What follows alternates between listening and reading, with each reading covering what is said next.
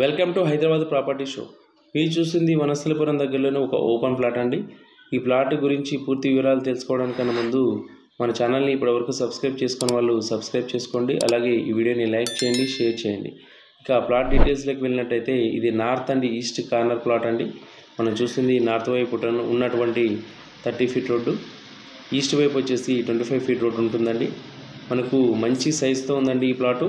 North side వచ్చేసి 40 ఉంటుంది, east side 30 ఉంటుందండి ఫేసింగ్.